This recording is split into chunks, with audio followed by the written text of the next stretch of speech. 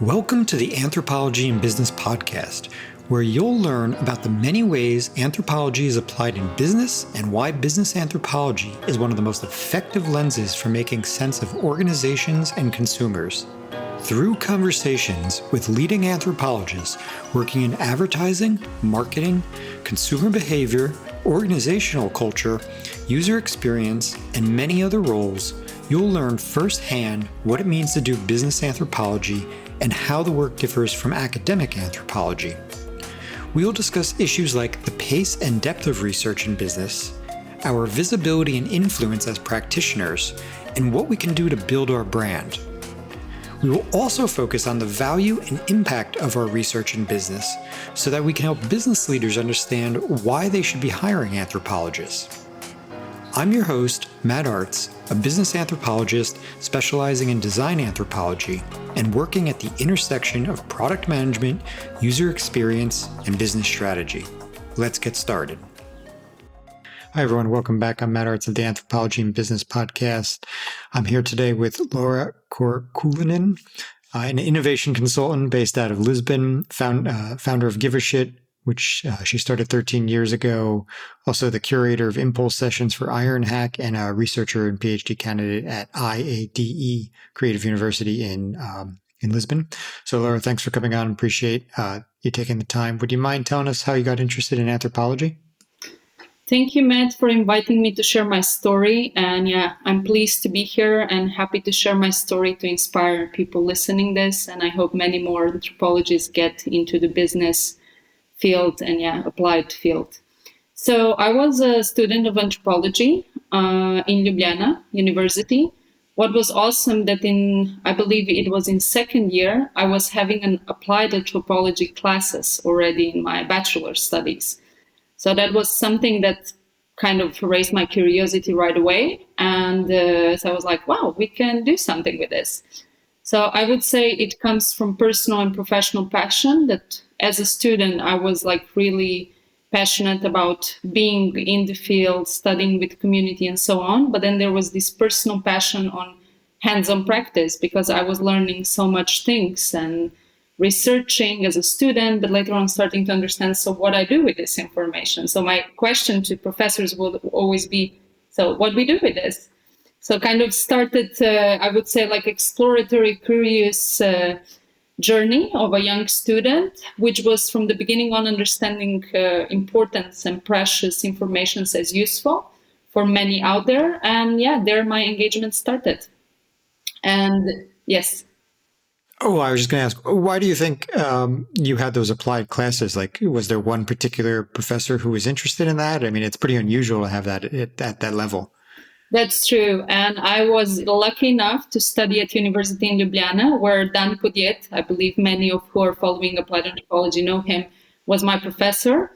And he was giving applied anthropology classes. And then also other professors, my mentor, Rajko Muršić, and even if class was not called applied anthropology, it was there was a lot of applied work and applied stories from medical anthropology, field works we were doing that they were like really having applied connotation and so on. So it was it was curious, but also I believe the urgency from personal what professor were bringing into the field, but also for some collective reasons Slovenia was quite in front already in that time. Yeah, makes a lot of sense. You had this opportunity that many people didn't, but there's obviously many ways that you can practice. Historically, practicing may have still been less focused on business and innovation. And so, again, what kind of helped you get into that particular space? So, I need to go one step back from the conversation we had and jump into what you said from there, from a student life, because it started there. So I believe it was in my third years. In that time, it was like a master degree integrated, like in the bachelor or like 5-year study. And in that third year, my seminar was researching one abandoned area in the city where I come from in Slovenia. And I was really like studying the folklore and the memory of that place and understanding what was there before and like doing ethnography in the field. And all that information was so precious to me that I said, wow, we need to do something with this place, because in the past it was like a swamp and people would relate to it as something beautiful. But in that time it was a marginalized area when I was studying it. So what did I do? I knocked on the door of the city hall, a young student, and I said, let's do something with it. And they had some open calls outside that we could apply for. Like, in that time, I would say peanuts, but it was very useful because, of course, it was helpful and it kept me even more motivated. So I invited several friends to collaborate, and we brought together a very interesting format program. First, it was a festival. It was called Aculture. It's academic culture and nature. So connecting the academic knowledge with the cultural needs, bringing together the artivism, art and activism side, and also nature correspondence. So that was in 2008. And 1 year later, from this research, I was, from this study, from this abandoned area in the town, I was creating like an acupuncture points in the city, which should be activated for the program, for the well-being of the citizens, to bring further like a well-being, the engagement, and so on, integration. So in that time, that was the second project in 2009. It was called Žabnjak, Spatial Textbook. And in that time, the festival, it was for kids and youngsters and families, very applied, multisensorial public space intervention. It was also a festival. And what was awesome, it was really an interdisciplinary work, because I was collaborating with architects, designers, engineers. There were farmers from that area. So like everyone who was contributing to this, leveraging the importance of natural ecosystem in the area, the ecology, it was invited to be part of it. And we were also awarded a sustainability award in that time. So why I'm going back like from this study approach to collaboration with the city hall and different stakeholders, it's because in that time I didn't understand that was a business anthropology. But if I go back now, it was the first time when I was raising funds, getting sponsorships, organizing, project managing a project, collaborating with many people. So yeah, that was the first moment and momentum of a turning point when I understood what is applied anthropology. And that's also useful for business, because people were ready to give us some funds to create that kind of program. But everything came from a study-based program. So that was the first step. And then I can continue to how it evolved. In 2011, I went to study to Barcelona. I did Erasmus there. 2009 and 2010, after that festival. And I was, by my surprise, and I believe surprise of many, attracted to study public toilets. And that was also with one, I would say, very bizarre situation. And as anthropologists, I wouldn't say it's so bizarre for us, but for many others, it's like, what are you speaking about? So urination of streets really brought me to the point that I started to be very annoyed about it, because I was living in Raval, in city center. And I was like, I should do a seminar around it. So I proposed it to do it as a school project at university, and said, why you would study something like that? So they actually refused it. So it was not a project at the faculty. But it was a moment when when I named it first time, I said, I need to give a shit about it. This is like, even like a joke, but it was like, people are not speaking about this. This a bit looks, excuse my expression as an anthropologist, but in that time I would say barbarian. I was like, why people are peeing under my window? I don't get it. But from the long story short brought me to found later on Project Give a Shit, which actually became a consulting agency. And speaking to people out there, I believe we are already curious because we are researchers, but allow your curiosity to really be open to the level to be surprised where may magic come true and where may business opportunities come true. Because the truth is, our research has a lot of knowledge and information for needs of people, needs of environment, community, and so on. but there is also business potentials in our information. So it's not only looking what business needs, it's what we are discovering that business should do. So my approach was more from that side. So this was the beginning of the journey. And there is a lot more what's happening right now. So thanks for sharing that. Just to go back briefly, I find it interesting that you were organizing, large scale events in terms of like the festival, because while we certainly develop project management skills when conducting, research in the field, the leap from that to organizing large scale events is still not, completely, a linear path maybe, right? The skills are there to do it, but it's not like we're being trained in organizing any of that. So were you always involved in organizing, or did you just have the desire to do this? What was the catalyst there? I think the main catalyst for me is always passion and purpose. So I was not trained in project management or knowing what to do with that scale of events at the beginning. But it came really as like imagining it first and just going with it, with the flow. So of course it brought a lot of pains on the way, because it's not only sleepless night. I almost, even if I was young in that time, I didn't know what it means burnout, but I was working on no budget all days for probably 13 to 14 months to bring that two projects together. But what I learned, that asking and sharing and collaborating is the only way to do it. So my learning was more, my catalyzer was like, okay, I'm in need of help, so I will ask for help.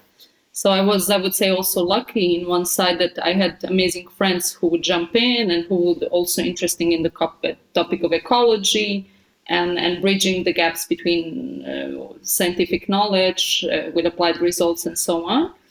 So that was a kind of natural flow. It was not something I was trained in. And I think a lot of times we don't assume positions or work because we think we should know how to do it and we should know how things should be. But the emergent theory, it's like what we can learn on the way is what's going to emerge. So kind of learning with information with people. And of course, I can confess, I did get some. I even remember like a small book of project management. I think it's from Harvard Business or something. But I honestly never get to read it totally. I was just like, what I should be doing. Oh, I'm doing it, kind of.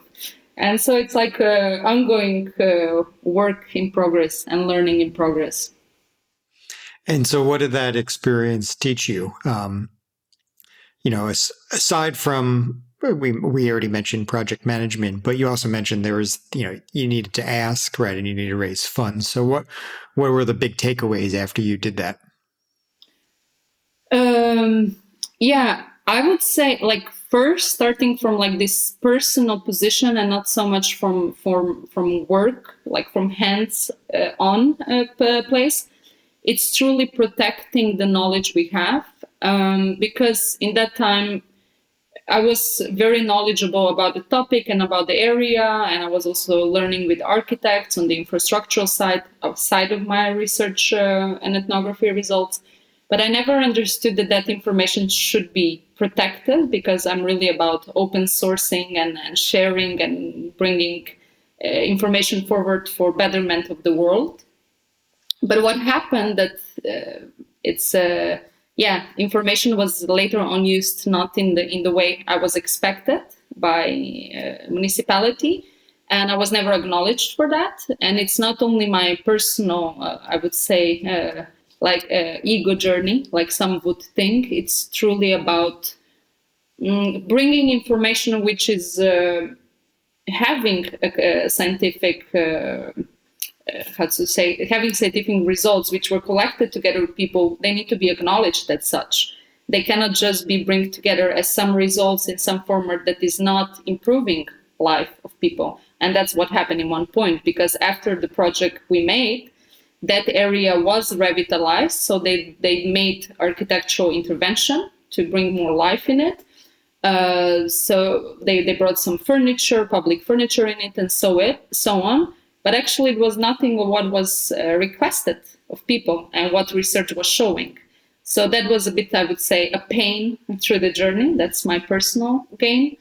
And I'm not, when I say protecting, it's not hiding information. It's just knowing how to negotiate and how to speak in business when we are delivering information and NDAs and so on. And another learning takeaway was truly that, yeah, there is business open to look into important informations which are happening out there, like research results which I was presenting, and wanting to engage inside of a festival, which was also helping to the advertisement of companies, because they had a field where they could showcase, oh, we have some ecological products. So that was, let's say, in 2008 was the first project, 2009 was the other one. So 12 years ago, 13 years ago, this was something new in that area of the Slovenia. So it was kind of matching the gaps. Oh, you can showcase your products here and we can give you the space and you give us some sponsorship. So learning was, yeah, don't be afraid and ask for help and knock on unknown doors. Even if you don't have answers all the time, someone will answer. Yeah, that was a big part of the journey. And also learning that people are happy to help when we knock on the right door, speaking the right stories. Even if I didn't speak business language, they understood the potential because I was speaking the language of heart and language of people. So that was something that was interesting to them. So let's use that as a jumping off point to talk about the Give a Shit project. So, that from the outside, it sounds like that was a harder sell. You said that, the faculty at the time weren't interested. Did you find that to be the case also with the municipality and, local business owners, or, how did that process develop, and what did you have to do to maybe, convince people of the value of that? Yeah, great question, Matt, because I think it's not a coincidence that this name is kind of striking everyone at first. So giving a shit had its own, give a shit and giving a shit had its own journey on the way of my career. Because yes, first time I knocked onto the company door, I remember it was, I think, in 2013 of Roca. In Lisbon. Roca, it's a global bathroom space company, and they have very luxury products and objects, and they are developing quite innovative products and projects. And when I knocked in their door talking about give a shit, they were like you could see in their faces that it was a bit uncomfortable. So for me, it was first time that I understood, wow, this is maybe not so easy as I thought, or like maybe it is awkward. Even at the beginning, of course, the intention of the project itself, it came from this rebellion side, speaking up about taboos and speaking out what needs to be done, the shit that we really need to take care of and we are not looking at, to the level that I understood that, yeah, for companies, it was not something easy to acknowledge at first, until the phone call that I had from one company who said, we really want to work with you, but we cannot give a shit there. So that was a point that was painful, and also brought a lot of question to me, how I should position myself on the market, who I am, what I'm bringing forward as a consultant, but as a founder of a Give a Shit. Until the point that I understood that my passion and my quality of work is not compromised behind the name of Give a Shit. It's actually stronger. Why? Because Give a Shit happened and started, as I said, in Barcelona, based on research results that they were lack of public toilets in public spaces around the world in bigger cities. And it started from this perspective of privatization of public space, looking into infrastructure of the city, and so on and so on. Accessibility, safety, until the point that it started to really understand, when I start to understand personally that we are speaking of huge environmental questions. Water, water consumption. We flush down the drain in Europe, in most of Western flushing system of toilets, between 3 to 7 liters of drinkable purified water, which is transported from very far. So it has distribution costs, wastewater treatment costs, a lot of energy consumptions also related to it. On the other side, human excrements have huge potential for reusage and so on. So what I understood, that when I founded that project, I said, no, this is serious. This is not a joke. We are not just hippies talking shit. We are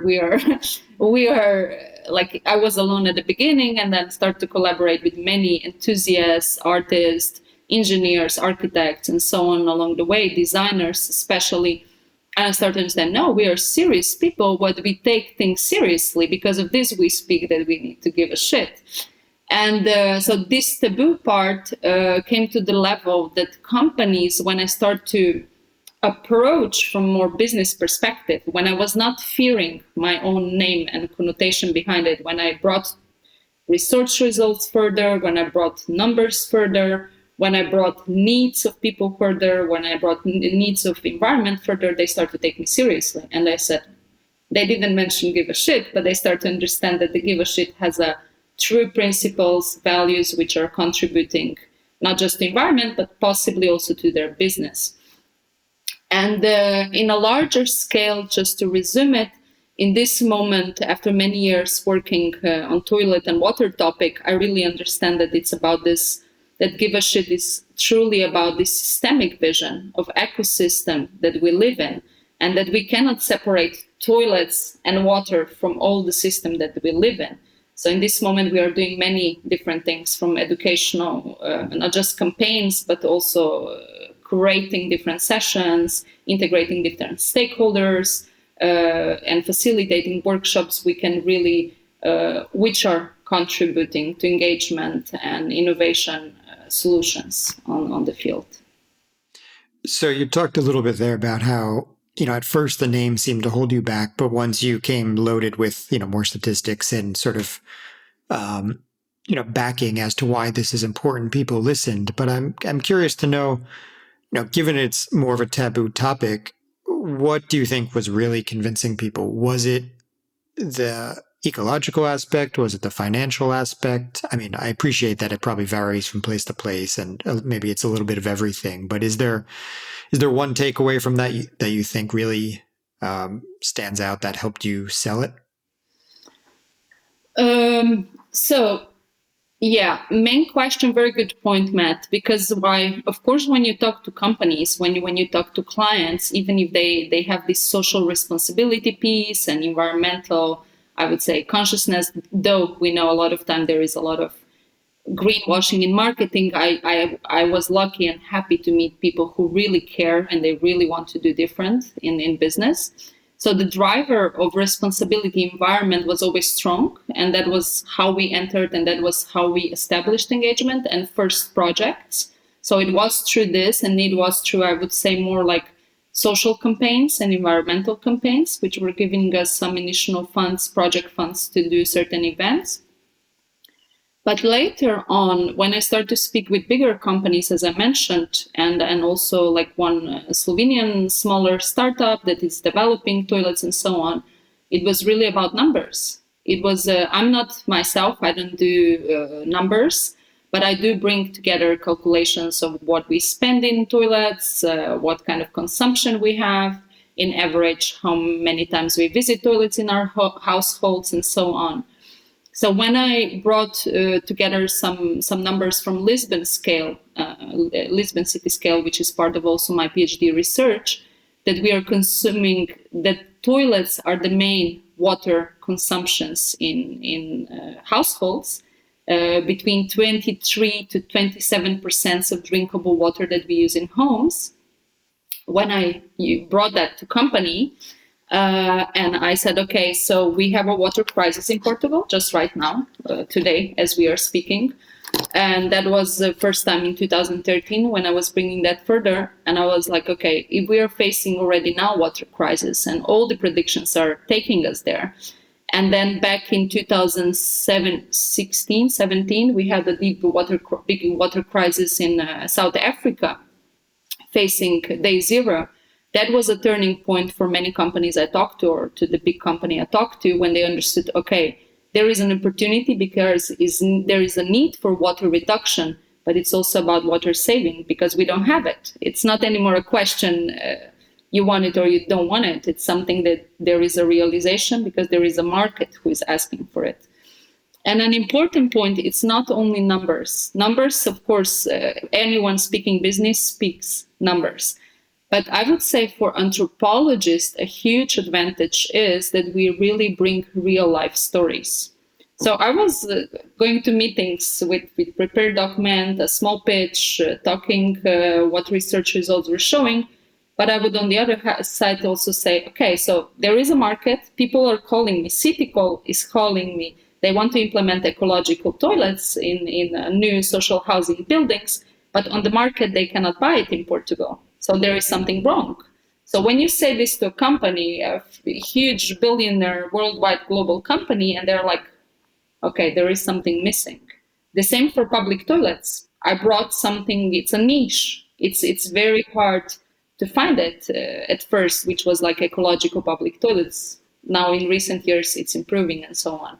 But like it was more like bringing real life stories combined with some numbers, which for me, they were more like looking into environmental side of things. Got it.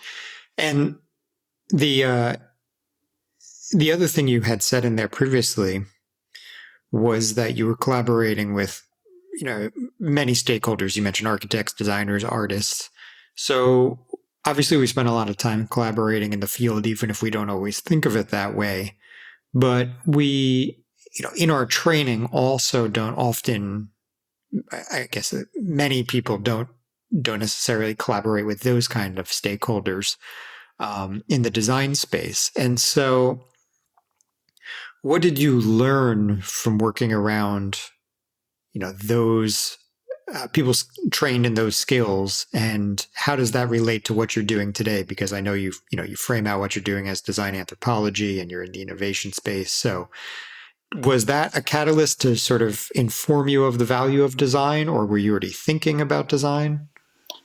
Okay, very interesting. Why? Because I love, Matt, thank you for giving space for these conversations, because a lot of times I would say we look for the information outside. So design anthropology, what is it? Let me read about it. So what is environmental advocacy? Let me read about it. My journey, and I believe of many, when you really are driven by your passion, it's truly discovering what makes sense. So when I was collaborating with people, it was not so much I need to collaborate with designers. It was automatically how the language and conversation went. So, for example, I would give a presentation on toilets in one public space, in Lisbon, in several like galleries, open spaces, discussions, and mostly who would approach me to talk with, they were designers. So it was, I would say, kind of a magnetic field between the information and the career opportunity. So in that time, if I go back to the two projects I was explaining shortly at the beginning, I was collaborating with one architect and one designer because they were my friends. But also it's not only my friends. In that time, the language, how we spoke and understood information, it was just kind of obvious it came together. So in design anthropology, when I started to speak and understood, okay, there is like all these amazing humans out there doing design anthropology, I understood, wow, in 2008, 2007, when I started the first part of the research in Slovenia, in Murska Sobota, I did combine design anthropology. So for me, it was like coming out, design anthropology. Why? Because anthropology brings this problem formulation field together. So you have a really holistic vision, systemic vision of a problem. And for a company, for a business setting, this is amazing. On the other side, why it's amazing? Because you give them pain points, not just this is a pain point. You give them this holistic, they call it in design, customer user journey pain point from the research. from design perspective, when I started in this natural engagement with designers, I started to understand that, yes, they have methodologies which are very useful to apply these results. So they will say, okay, so this is awesome. So let's discuss, we will do a brainstorm. And then I saw them drawing things like, okay, so what comes first? What is the problem? Okay, well, here we are. So let's go to this ideation phase. So let's bring together some ideas. So I kind of, in the conversations, I also started to understand the operating mindset of design. But jumping between the personal and professional, because I believe they are never separated. My personal passion in one of my lectures brought me to know one very special man, Carlos Barbosa, who passed away some years ago. And he invited me to work in design field as an anthropologist. So I became a researcher at IADE. IADE is now, it's a creative university, but it's part of Universidade Europeia. And as a anthropologist, researcher on design at Design University, I started to understand, wow, this is just naturally matching. And then I entered the field of design more seriously. I started to study innovation and creativity. I was lecturing the lessons. I learned a lot with different kind of projects, different kind of individuals, designers. And then when I entered my PhD in design, I was like, but I'm going to study PhD in design if I don't know anything about design. But the funny thing is that that's not true. That's again assumption, because it's about this mental game of what design is, what anthropology is. And more fields are naturally merging. So I understood that my skill sets that I had from research was already complementing the first part of the design, where they call it many times empathy phase. Which anyway, that I won't go to the details of my thoughts of this, because I believe empathy is not something we are trained in. It's something we really learn along the way and we feel in and so on. So anthropologists listening, I know everyone is aware of this, but in saying this was obvious that it was very helpful for design field. And then a part of the Give a Shit, I started to be invited to work in design projects as an innovation consultant in many different things, because it was obvious that anthropology skill sets, it's so useful and so awesome, because it's something just we need to bring it further. So I don't know if I answered your question, but I'm going with what is there. Yeah, no, it was good. And, the thing that jumps out at me there, though, is the way you describe what designers do, right? They start drawing, etc. Really what I think we're getting at there is intervention, right? And the desire to create change from what is learned. And while many people who listen to this podcast might work in UX and are essentially,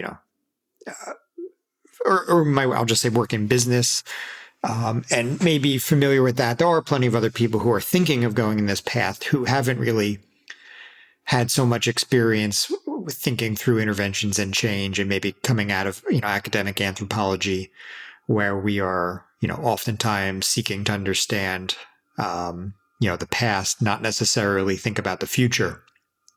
And so how was rationalizing that ever a problem for you? Was it ever any kind of issue where you were worried about the change that you might implement is, harmful, or is maybe not, the change that everybody wants to see?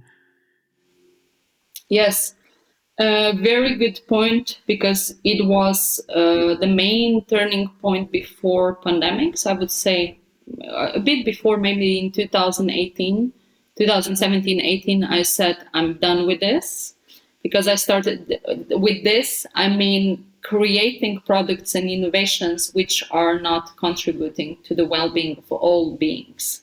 I don't mean just people, because with UX, we still are mostly focusing on human-centered approach.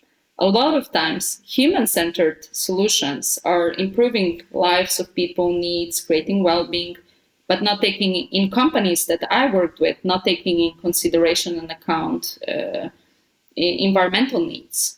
So for me, that was a turning point that I decided. I remember I was like, because I worked in that time as a professor at university, but I also worked as a freelancer. And I said, I'm not taking on any project again until it has really aligned with my values. The truth is that for everyone listening, it's not always easy to work in this, I would say, emerging, pioneering fields. Because, yes, it's not easy at the beginning. You say to someone, I'm an anthropologist, and people are like, what are you? Or what do you do exactly? Or what can you bring to me? Or why you're even applying for this job? It's truly the communication skill set that we need to learn and change how we approach the things.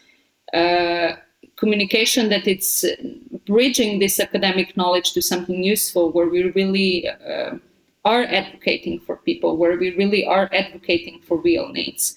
And for me, this harmful side, which is most of the time invisible, was the question, because it was not what I would bring from the research field, because I was working, for example, one of the projects we were working on home appliances.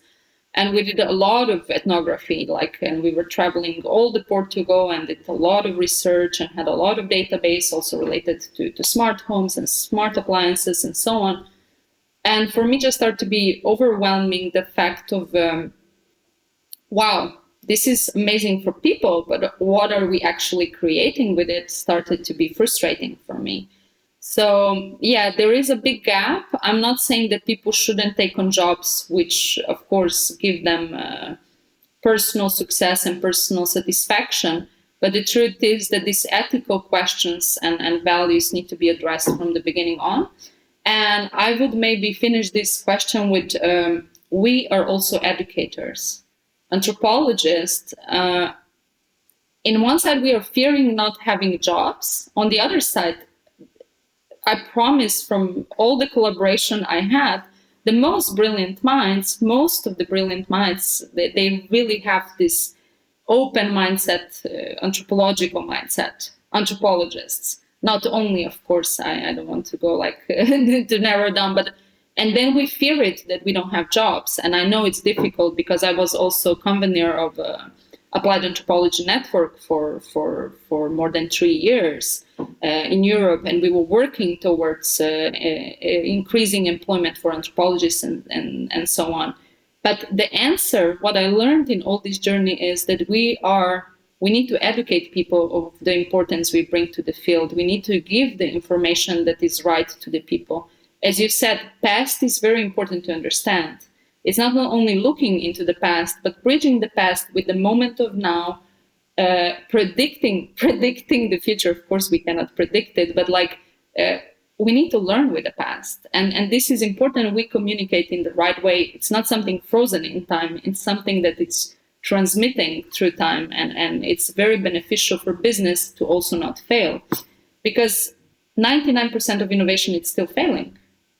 So we need to do something with it.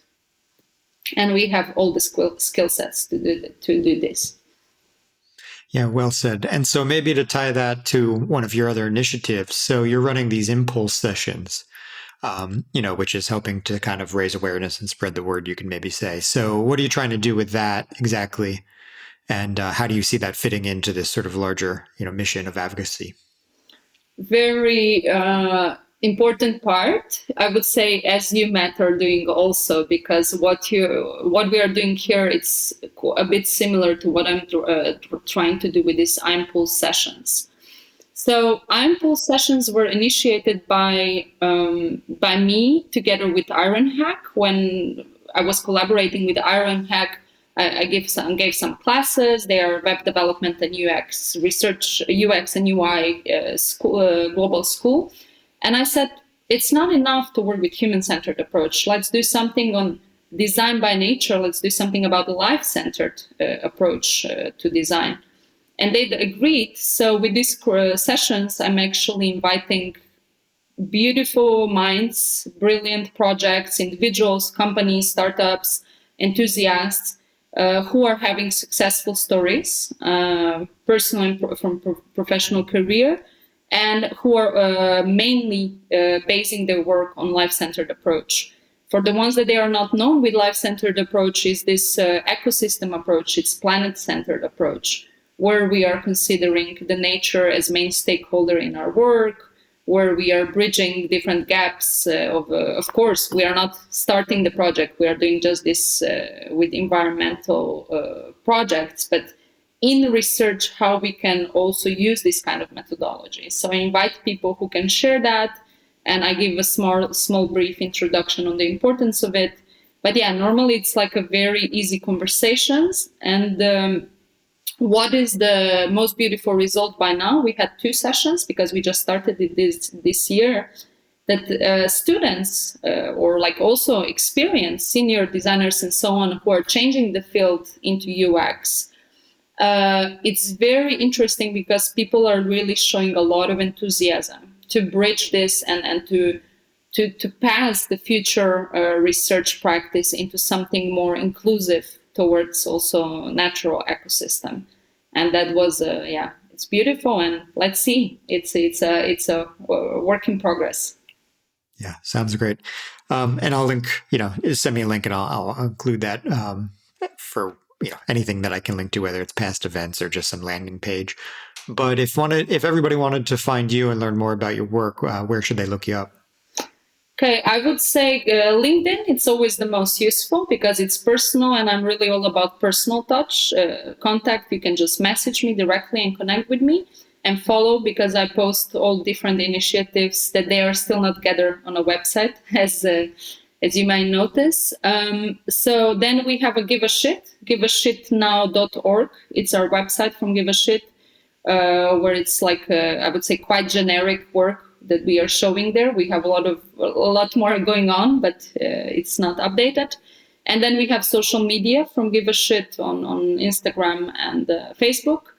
And we are soon going to search for one social media manager. So if someone is listening out there and wants to join the team, you can reach out to me. And that I would see that these are the main initiatives. I can also reveal something that it's still brewing in the pot, okay, but it's coming out very soon. I was challenged with one beautiful new project that I'm actually leading part of sustainability and regeneration on spatial innovation. So it's a department that we are developing, which is going to work on spatial and territorial innovation together with sustainability. So soon the website is going to be out. I cannot say more than that, but on my LinkedIn, you're going to be able to see all of that. Feel free to get in touch. And thank you, Matt. Thank you very much. Great. Thanks for coming on, Laura. Appreciate you sharing all that. And I'll be looking for more information on the project. Sounds good. Awesome. Thank you, everyone, and good luck with your projects. And I'm happy to jump on a call or whatever if anyone finds my skills useful. Thank you. Thank you for listening to the Anthropology in Business podcast.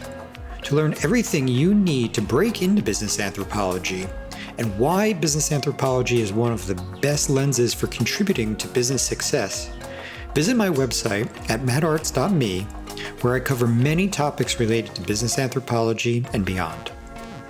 There you will find all the podcast episodes, blogs, and news.